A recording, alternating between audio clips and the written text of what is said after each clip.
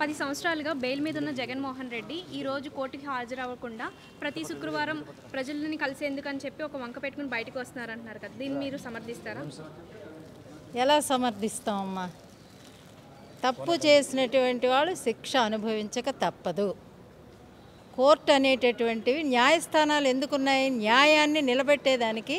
అటువంటి న్యాయస్థానం నుంచి తప్పించుకుంటున్నటువంటి ఎవరైనా కానీ వాళ్ళని శిక్షించక తప్పదు.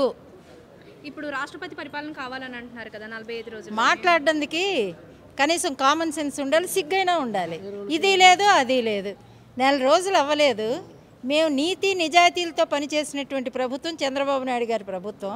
అటువంటి ప్రభుత్వాన్ని అనేక రకాలుగా పార్టీని ఇబ్బంది పెట్టారు 5 సంవత్సరాలు, నాయకులను ఇబ్బంది పెట్టారు 5 సంవత్సరాలు, అనేక రకాలైనటువంటి దుర్భాషలు ఆడారు ఈ దౌర్భాగ్యులు. ఇప్పుడు మాట్లాడడానికి ఏమైనా సెన్స్ ఉందా?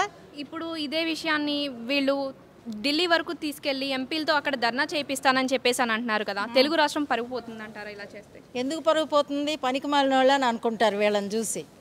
పనికిమాలిన వాళ్ళు పని లేక వచ్చారు అని చెప్పని అనుకుంటారు. ప్రజలు ఇచ్చిన తీర్పును చూసి 11 సీట్లతో ఏ మొహం పెట్టుకొని ఇంకా తిరుగుతున్నాడు ఈయన నాకు అర్థం కావట్లేదు. జగన్మోహన్ రెడ్డి గారు చెప్పేస్తున్నారు కదా 45 రోజులు పాలన చూసే ఢిల్లీలో ఎంపీలతో ధర్నా చేస్తానని చెప్పేసి అని అంటున్నారు, దీన్ని మీరేమంటారు? మీకు అది జోక్గా అనిపించలే? దయ్యాలు వేదాలు వల్లించినట్టు అనిపించలే?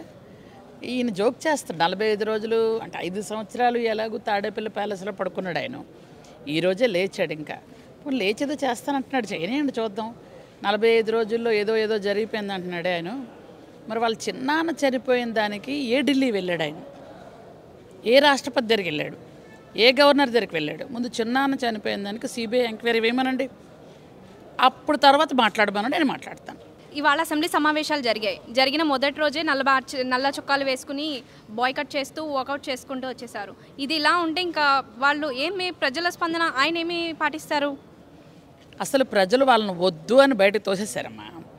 మీరు వద్దు, మాకు మీ పరిపాలన వద్దు, మీ పరదాలు వద్దు, మీ బూతులు వద్దు, మీ కక్షాదింపులు వద్దు అని ప్రజలు ఎప్పుడు వాళ్ళని బయటకు తోసేశారు.